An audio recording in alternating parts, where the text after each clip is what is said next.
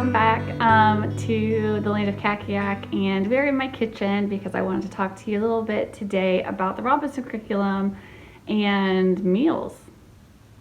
Okay, so if you are familiar with RC, kind of what I'm talking about, I just thought I really did not prepare for this video. I was like, I'm just gonna grab the camera and show them breakfast, lunch, and dinner today and just talk, maybe a little chatty about how we implement Robinson curriculum, nutritional, guidance, tips. I'm not a nutritionist in any way. I'm just a normal person like you. The kids are finally up.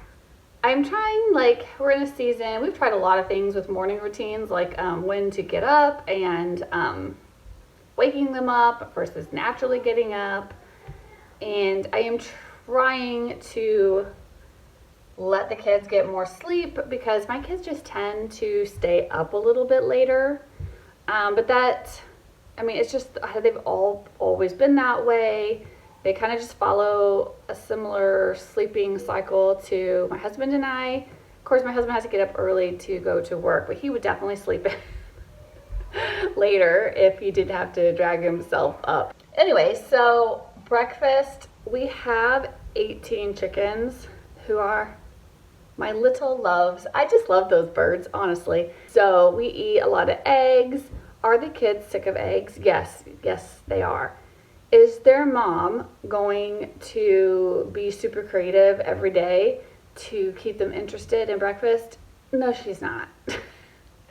She's just going to give them something nutritious and that requires whatever amount of effort she's willing to put into it. So, for example, the kids love fried eggs or dippy eggs. It's such an inefficient thing. I'm thinking of Huddle House and stuff. I don't know how they are back there. They've got a whole huge griddle, right? I've got a pan. I'm not making two pans dirty. I do have one of those skillet things, but it's, you know what, to me, it's more trouble than it's worth. So most of the time for me, they're gonna get scrambled eggs. Every once in a while, if I'm in a really generous mood, I will fry eggs. Otherwise, they have to learn to fry their own eggs.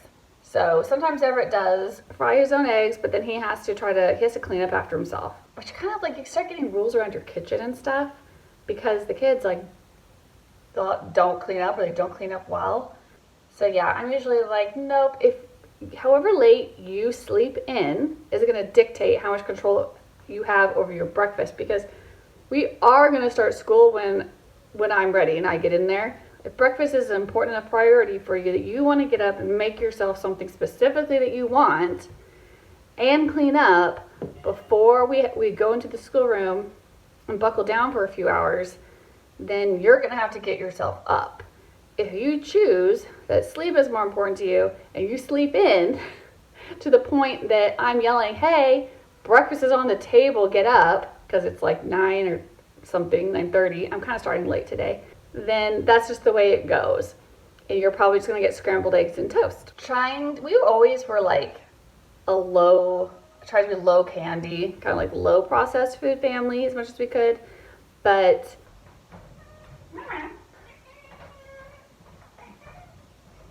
someone's talking to me. Why are you so mad? Okay, cat's out. Anyways, so they are learning. It's just kind of a natural learning curve for them that, their priorities are going to dictate how their morning goes. If they want to sleep more, that's fine. They will get fed. I'm not going to not feed them because they slept in or whatever. It just might be cold. And it might be scrambled eggs and toast and you're sick of it. I did try to take the sugar comments from RC to heart as I'm looking at. I'm looking at these. Anybody else have a spouse who's fairly supportive, but they're gonna get what they want? Okay, that's fine, you get what you want, but when you leave it in my kitchen, I'm just gonna tell you where it goes. Yeah, you gotta dump them out so nobody can dig them out. Anyways, I'm not against treats. I love birthday cake. I do bake. I love a good scone. I do put some creamer in my coffee, but we don't need to have candy in the house, especially like all week, all the time. So if my husband brings something in, he's an adult, I can't stop him from buying some hot tamales or whatever because he wants to eat some candy on Sunday night and watch a movie, okay? But it got left in my kitchen. You forfeit the tamales. Okay, so I'm just gonna make scrambled eggs. The kids are getting supposedly getting dressed. I've heard a lot of goofing off and not a lot of little feet coming back downstairs. So I'm gonna make breakfast and probably do some hollering, and I'll show you what we come up with. You know, when I got good at making scrambled eggs, this is gonna sound funny.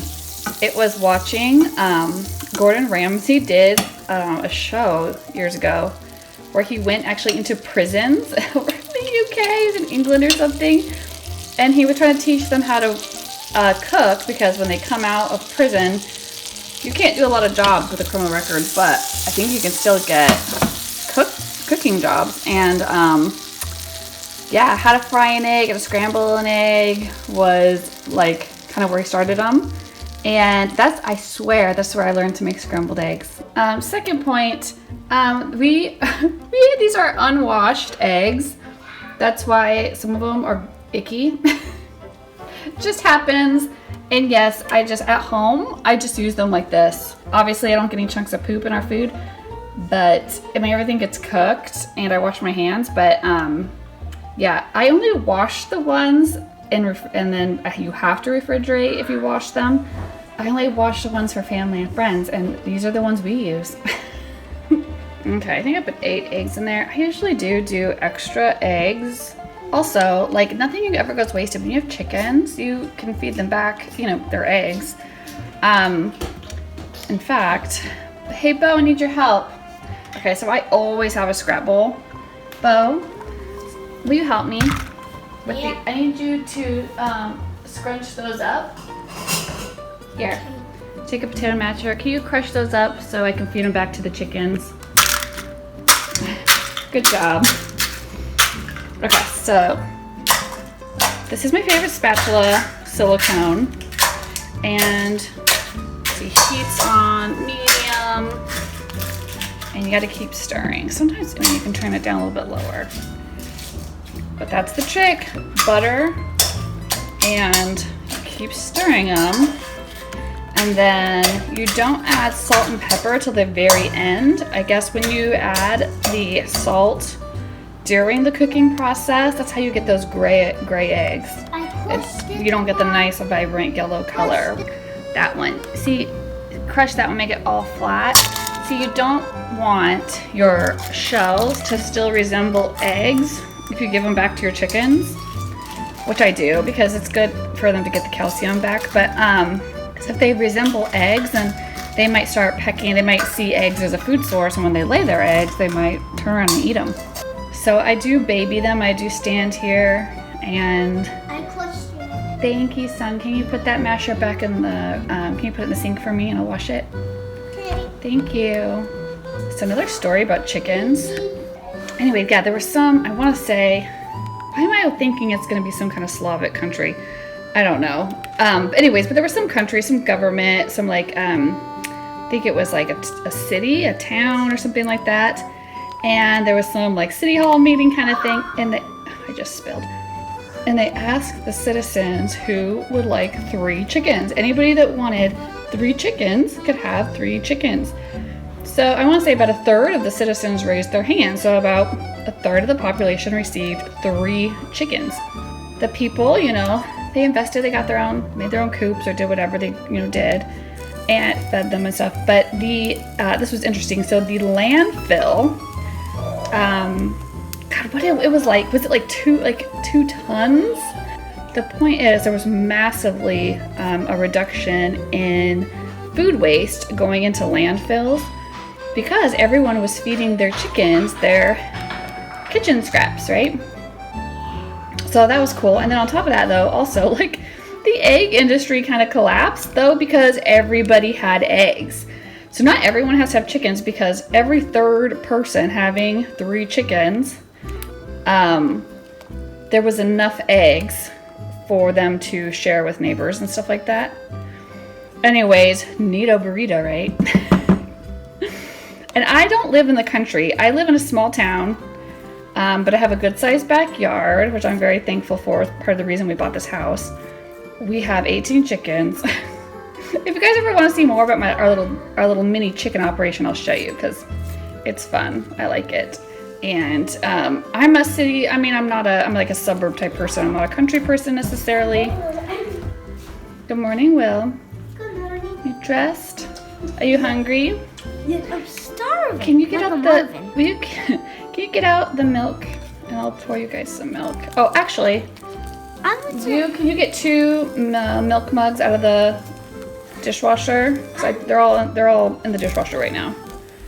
And the milk. Look at these, are coming together nicely. You want toast and bacon? I also always want bacon, but I'm not gonna make bacon this morning. If I make bacon, it's gonna be in a big batch. Here, just put them right there. Thank you. And then I can just use it. Okay, Will, I'm gonna get the bread down, and can you toast it for me? Can you be in charge of toasting the bread? Okay, think through, what do you need? And probably get a plate out to put it on. And butter. Let's see. See, I walked away and then I stopped stirring it. Look what happened at the bottom. It's not a big deal, but I prefer not to do that. Will is on the toasting station. I'm on the egg station. He is going to butter those. And we are going to get dished up here shortly. Okay, everyone showed up for pickup, so eggs on toast, some fresh blueberries, and all right, you guys go sit down. I'll bring you your forks. Okay, so when you guys are done, what are you gonna do? Clean the table. Clean the table, that's correct. And then what are you gonna do? Wipe the table. Yeah, that's part of it. You're gonna clear your spot, you're gonna wipe off the table, then what are you gonna do? And we're going to dry the table. And dry the table, good. What are you gonna do after that? Go to school. Go to school. How about brush your teeth?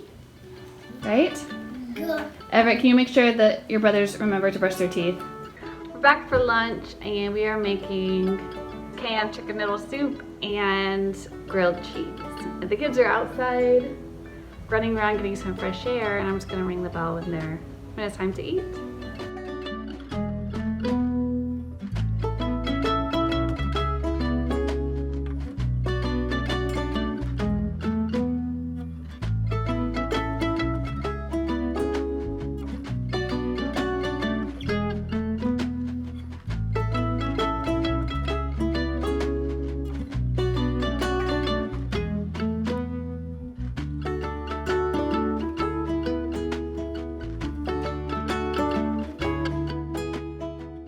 All right, well, we're back for dinner. The only thing left for school today is just to do our family read aloud that we're doing for Christmas school. So we're going to start reading a Christmas carol. I think I'll just start reading to them while they are eating. Usually I'd like to wait for my husband to be home to eat dinner, but he's not home yet. It's 5:30 and the kids have to be at Taekwondo at 6, so we kind of got to eat now. We are having leftovers, cranberry meatballs.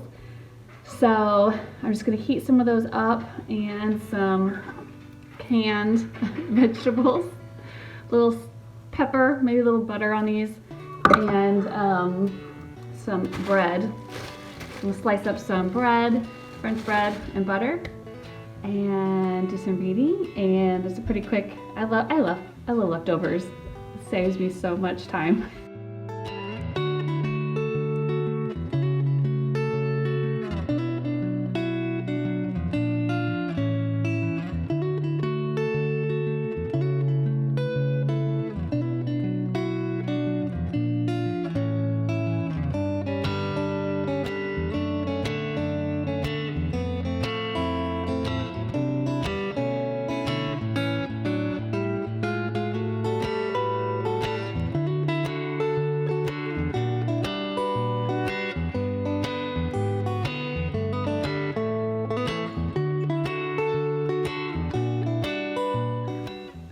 so everyone's been fed today.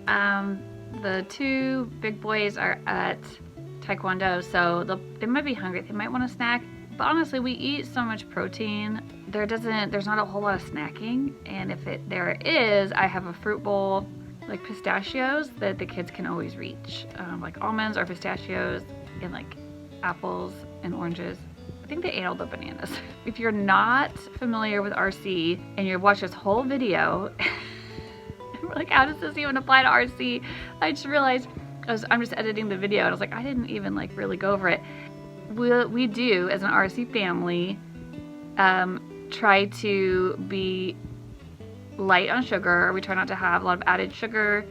I will link my cranberry meatball recipe that we had for dinner down below. That definitely does have some added sugar in it, because like the chili sauce and stuff had it in it already. So that probably wasn't the best example, but like I said, I didn't have a plan. We made those meatballs because we were supposed to have a tree trimming party with another family on Saturday, and so we wanted to make something yummy that everyone would eat, and they're kind of like a party pleaser. But then they got sick and they didn't come, so we had made like tons of these cranberry meatballs, and so we have to eat them. But I will link it down below for you anyways. If you guys are interested in, I don't know, in recipe videos and just like, because I know that I am, I want to know how other people are kind of like staying in alignment with watching their sugar intake, especially, you know, as it relates to homeschool kids. And nutrition just is important. It does impact all of it, not just the kids, it impacts us too. The sugar monster is like a real foe to battle once you've let it in your life, which my family has. I'm not perfect. I'm not 100% pure on the no added sugar stuff. I'm like just a real person, but I'm happy to make videos to kind of share what we're doing and share recipes, because if you guys ever find anything that's like yummy and your family will all eat it, that's like gold. All right. I guess I'm just gonna put a cap on it right here.